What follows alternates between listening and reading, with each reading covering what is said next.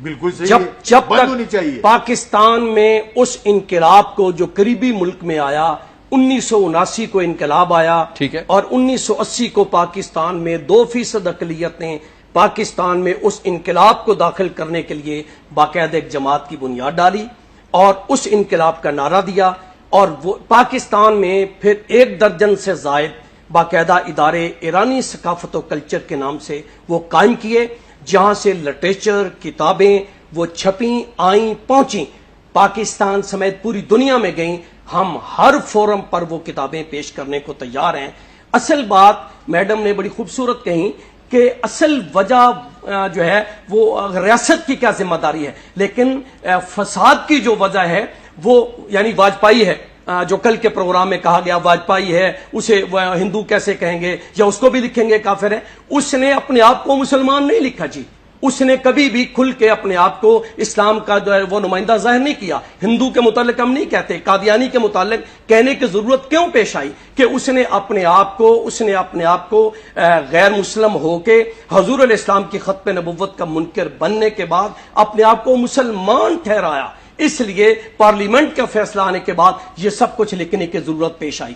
ایک تو میرا موقف ہے کہ جب تک ان کتابوں کو جو کتابیں جو ہے خاندان نبوت، آل بیت رسول اور اصحاب رسول کے خلاف جو کتابیں پرنٹ ہو کے پہنچی ہیں، ان کتابوں کو جب تک بین نہیں کیا جاتا، مصنفین کے خلاف جو ریکارڈ میں بھی ہے باقاعدہ جس پہ اتفاق ہے کہ سزائے موت مقرر ہو، اس پہ دونوں فریقین کے دستخط ہیں، میرے بھی ہیں یعنی میری قیادت کی بھی ہے، دوسرے فریق کے بھی ہیں۔ تو اس کا مطلب ہے جب مدعی مدعا علیہ دونوں متفق ہیں تو تیسرے بندے کو اختلاف نہیں ہونا چاہیے، اسے متفق ہو جانا چاہیے۔ ایک بات تو تیسرا، اس وقت نئی صورتحال فیس بک پہ پھر دوبارہ اثر نو، یہ میں کہتا ہوں اس طرف توجہ نہیں دی جا رہی۔ فیس بک کے پر حضرت عائشہ صدیقہ رضی اللہ تعالیٰ عنہ، حضرت فاروق اعظم رضی اللہ تعالیٰ عنہ، چونکہ اس پروگرام کو پورے دنیا میں میری مائیں، بہنیں، بیٹیاں اور جو ہے وہ ایسے لوگ سن رہے ہیں، میں وہ زبان پہ الفاظ لا نہیں سکتا کہ وہ کیسے کارٹون بنائے گئے ہیں، کیسے ان پہ لکھا گیا ہے حضرت صدیق اکبر، حضرت فاروق اعظم۔ تو جب تک ان باتوں کا خاتمہ نہیں ہوگا، حضور والا یہ کون کرے گا؟ اس کے لیے سنجیدہ کوشش کریے۔ میں نے پیشکش، آپ 3 حضرات بیٹھے، تینوں کو میں نے جو ہے وہ آفر دی ہے، یہ تو نمائندہ ہیں، شاہ صاحب ان کے نمائندے ہیں، تو انہیں چاہیے اور اس فورم کا بھی حصہ ہیں۔ پھر میں درخواست کروں گا کہ اس فورم پہ جا کے کہیں کہ تنازع کے تم خود ذمہ دار ہو، جیسے انہوں نے بڑی جرت کا مظاہرہ کیا کہ فلاں فلاں بندہ جو ہے وہ یعنی اسٹیٹ جو ہے وہ اس کی وہ ریاست ذمہ دار ہے، میڈم نے بھی کہا۔ تو یہ ان کی ذمہ داری بنتی ہے کہ انہیں جا کے اس فورم پر انہیں جھنجھوڑیں، انہیں کہیں کہ اتنی بڑی جو قیمتی جانیں جا رہی ہیں وہ ان کے لیے وہ تم اس کے لیے باقاعدہ کردار ادا کرنے کے لیے تیار کیوں نہیں ہو؟ اس کو ٹریک ڈاؤن کریں، بالکل۔ اور اچھا بات یہ جی، کیونکہ پروگرام اپنے اختتام کو پہنچتا ہے، 2 چیزیں سر جو بات سمجھ میں آئی ڈاکٹر صاحب، شاہ صاحب اور میڈم آپ کے ساتھ بھی ہے۔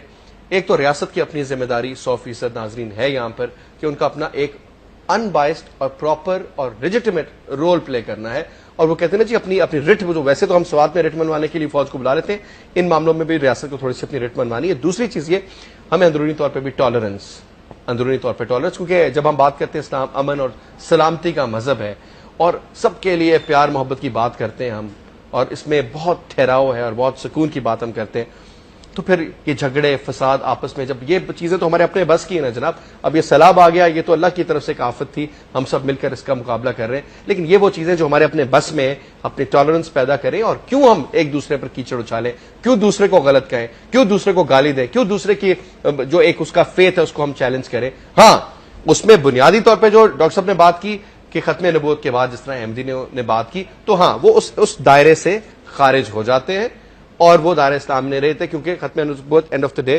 اس کے آگے بات نہیں کر سکتے، ختم ہو جاتا ہے۔ اور اس پہ میرے خیال میں میرے تینوں پینلسٹ میں سے کوئی بھی ایسا نہیں ہے جو نہ کہے۔ لیکن اگین جس طریقے سے باقی ممالک میں بھی بات کی جا رہی ہے، پوری دنیا میں ہر مذہب کے ہر قسم کے لوگ رہتے ہیں، ہمیں آپس میں ایک دوسرے کو برداشت کی بات کرنی ہے، امن کی بات کرنی ہے، بھائی چارے کی بات کرنی ہے، اور ایک دوسرے میں کو اس چیز کی بنیاد بنا کے قتل ہو، اس کا کوئی کسی قسم کا بھی کوئی بھی مذہب اسلام بھی اس کی اجازت نہیں دیتا. اینی وے جی تھینک یو ویری مچ، آپ کا بہت بہت شکریہ ڈاکٹر خادم حسین ڈھیلو صاحب، آپ نے وقت نکالا اور ہمارے ساتھ شامل ہوئے. انشاءاللہ پھر آپ سے ملاقات ہوگی اگلے آنے والے پروگراموں میں بھی آپ سے ضرور ہم ڈیفینیٹلی اس کے بارے میں بات کریں گے. اور یہ میں آپ کا لٹریچر میں انشاءاللہ آپ کو ضرور بلاؤں گا اور یہ لٹریچر میں آپ کا رکھوں گا، اس کو میں ڈیفینیٹلی تسلی سے پڑھوں گا. بہت بہت شکریہ ادا کروں گا میں ناصر علی شاہ صاحب، آپ کا بھی آپ پروگرام میں آئے، اسپیشلی وقت نکالا. اور بہت بہت شکریہ ادا کروں گا آپ کا ڈاکٹر فرزانہ باری، آپ بھی آئیں اور آپ نے اپنی ہمیں ایک ویژن جو آپ کی سوچ ہے اس کے حوالے سے بھی آپ نے بات کی. ناظرین اس کے ساتھ ہی پروگرام اپنے اینڈ کو پہنچتا ہے، انشاءاللہ منڈے کو پھر ملیں گے، تب تک کے لیے اجازت دیجیے. خدا حافظ.